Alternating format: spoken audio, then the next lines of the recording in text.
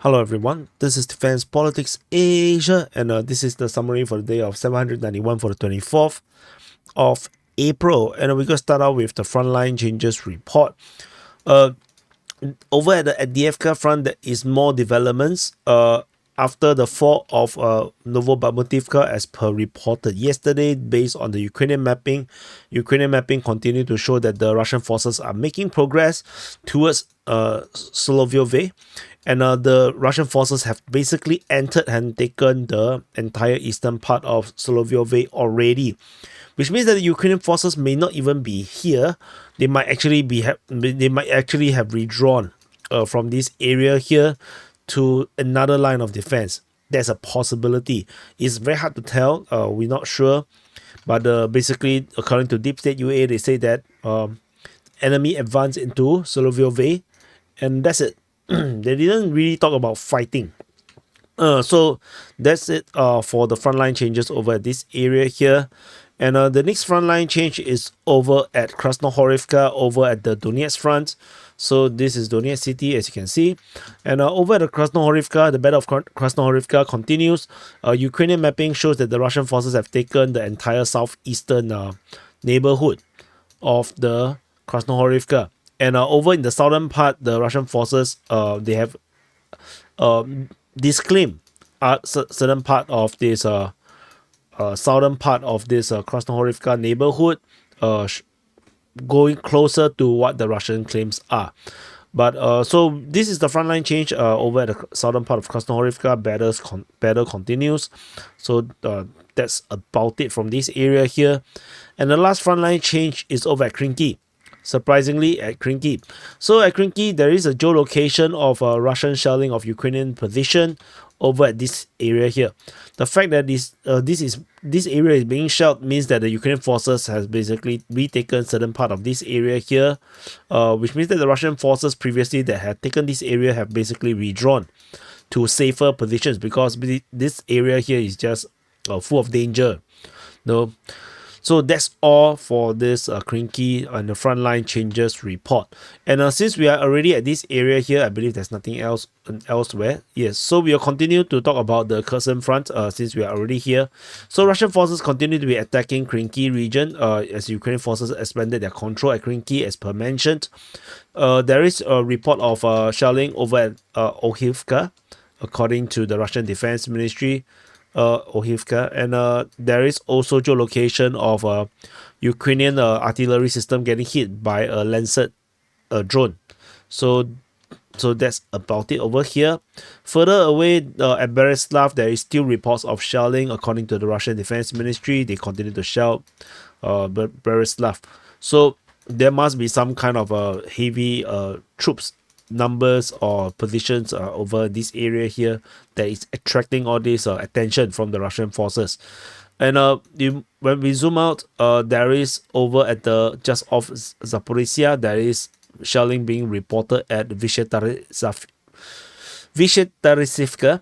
So over just across Onohoda, the Zaporizhzhia nuclear power plant. So that's it from the Kherson Front. We move into the Zaporizhzhia Front. At the Zaporizhzhia Front, this is Zaporizhzhia City, and this is Zaporizhzhia Front.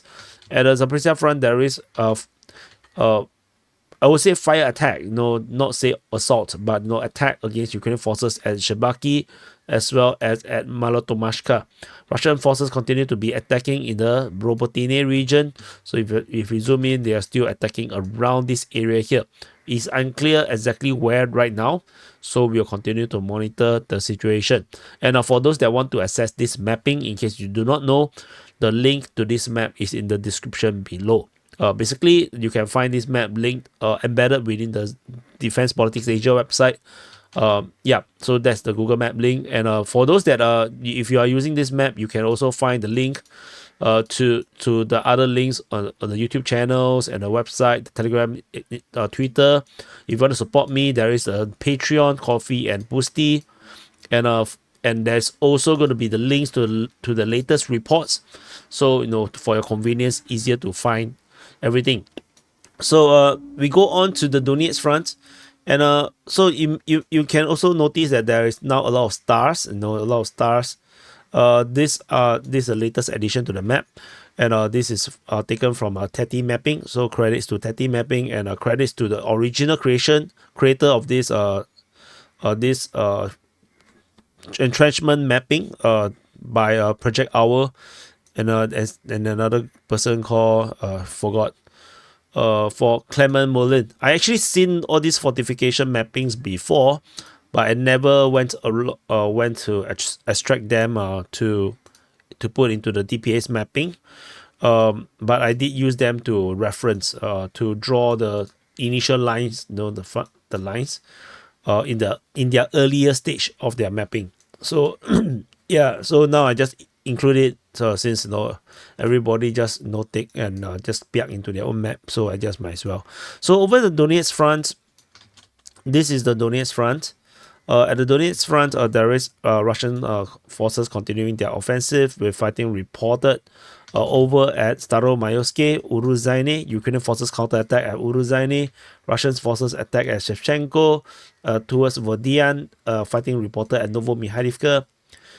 There is fighting reported at Georgievka. Ukrainian forces counterattack at Georgievka. Russian attack at Krasnohorivka. Ukrainian forces counterattack at Krasnohorivka. So this is the strategic situation over at the Donetsk front. Maybe I should pull this down a bit. Maybe you can see a little bit better. So this is the current situation over at the Donetsk front. There is a few geolocation of Ukrainian forces. There is a FPV drone attack on an APC just north of Novomayoske, and Voleda is getting hammered by rocket artillery and airstrikes. So that's about it from this area here. Nothing very unique to talk about. So and over at Krasnohorivka, as mentioned, there is this frontline change with the Russian forces expanding their control around here, and as well as more firm control over in the southern part of Krasnohorivka. As per I predicted, the Russian push up to this point, they did not manage to push up, or they did not dare to push up anymore because of this heavy entrenchment around here that is under Ukrainian control. It's a bit silly to go through there, so the Russians did not seem to be pushing this heavy entrenchment. They are attacking the soft spot into the city, which makes more sense. So we will continue to monitor the situation over in the Krasnohorivka region. Over at the Avdiivka Front, Russian forces continue their offensive in this area here at Nevelsky, Pervomaiske, Natolove, Sahivka. Is it Sahivka? Semenivka, sorry, I forgot the name. And Bedaichi, fighting have reached Soloviove, and fighting reported at Ocheretyne and Novokalinove. Ukrainian forces counterattack at Novokalinove and Ocheretyne.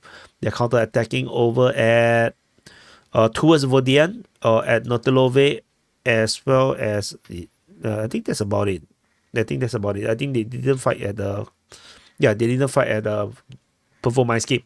So this is the strategic situation at the Avdiivka front. It's getting very busy. I'm probably going to soon delete some of these old fighting icons soon to make it less messy, because so much things has been happening over at the Avdiivka front. So that's about it. Over in the northern part is where the focus is. Russian forces are still trying to attack out of Ocheretyne, and the Ukrainian forces has indeed counterattacked. They have now returned to make sure that the Russians do not expand their control, fighting in the northern part as well as in the western part of Ocheretyne. But Russian forces expanded their control over in the south, moving towards Soloviove. There doesn't seem like there is any resistance. Ukrainian forces may have withdrawn from Soloviove, maybe to a certain more stable defense line. Although the tree line seems to be perfectly fine, all these tree lines, there is a heavy defense position, heavy entrenchment or fortification over on the in the area of Sokil. So this will be a major defense line that the Ukrainians will be depending on. So and a fighting reported at Novokalinove, there's no updates, so that's about it. Just north of Ocheretyne, there is a Lancet strike on a Ukrainian artillery system just off Novo-Alexandrivka. So that's about it in this area here. We move into New York. At the New York region, Ukrainian forces attack as Pivdeny, Russian forces attack towards New York. and that's about it. Nothing much about this area here. This area here, it's just going to be skirmishes. Don't expect too much from this area here.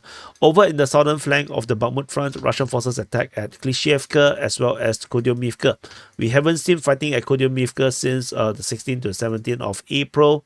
So it has been like 2 weeks since we saw any fighting around Kodyomivka. Moving northwards towards the central part, there is a geolocation of another artillery system, a self-propelled artillery getting destroyed by Lancet. And over in the Novi itself, there is a shelling by artillery system at the Ukrainian positions. Russian forces are attacking at the Bodanivka region towards Novi and Ivanivsky. Ukrainian forces counterattack near in the region of Chasivia. Tentatively, I assume it's going to be in this area here in the forest region because there's Kreminna here, there is Novi here. So I think this is the only part that makes sense to be called a Chasivia region. So that's all for the fighting in this area here. Further up in the northern flank, Russian forces are attacking from the Zeleniansky region as well as fighting towards Orekovo-Vasilivka. So this is what I think is more significant, but of course we do not know if the Russian forces will carry on the attack or not. So we will wait and see, because my personal preference, as I mentioned before, is the Russian forces attacking this direction, cut off these roads, which will starve Siversk, and then Siversk will collapse, and the Russian forces can quickly take over the entire of Siversk Front. But of course, yeah, what do I know? Over at the Siversk Front, Russian forces continue their offensive in this region here, with fighting reported at Bilohorivka in the Luhansk region, Verkhovno-Kanyamsky, as well as Vimka. So that's about it from the Siversk Front. Over at Kreminna, at the Kreminna Front, there is this is Liman, this is Kreminna. At the Kreminna Front, Russian forces attacking through the Serubiansky forestry at Dibrova, Torsky, as well as Terny. So the Russians are on the offensive again in this area here. For me, if it's up to me, I will target Yampil and Ozene. So basically cut off this major road from Liman towards Siversk. So this is where I will head towards if I'm Russian. So that's all for the Kreminna Front. We move up north to the Svatove Front. There is multiple things happening over here. Russian forces attacking at Novoselivsky as well as Nevsky. Ukrainian forces counterattack over at Novovodyan. So previously, Novovodyan is the Ukrainian Defense Ministry yesterday reported Russians attacking Kharkivka. However, now the Russians say that it's the Ukrainians that is attacking Novovodyan. So we shall wait and see what transpire in this area here. And that's all from the Svatove Front. We move up to the Kupyansk Front. So yesterday I mentioned Kupyansk Front is very quiet. Now they are back in action. Russian forces attacking at Sinkivka towards Petropavlivka as well as Berestove. And as mentioned just now, Novoselivsky, there is also fighting reported around here. So we will wait and see how this develops over at the Kupyansk Front. I don't think much will happen. I think it's just that the Russians they want the attention of the Ukrainians again, because after so long they don't have much fighting around here. Maybe the Ukrainians start to draw forces away from this area here, and the Russian forces here cannot feel the love. They hate it, so they attract attention, make some noise, give them some trouble. Over at the Kharkiv Front, there is a geolocation of the Lancet hitting yet another Ukrainian artillery just off Vasily in the northeast of Kharkiv city. And that's it. So this is the summary for the day of 791 for the 24th of April. Do press the like button, subscribe, and do check out the Frontline reviews videos. So Frontline review videos, basically we will compare the mapping of today versus from 2 years ago, 1 year ago, 6 months ago, and the last 3 months. So you can basically see the Frontline changes in the bigger time frame, and you can really feel the tactics and the strategy being deployed on the both sides. So it is something interesting. Thank you for watching, and I'll see you guys in the next update.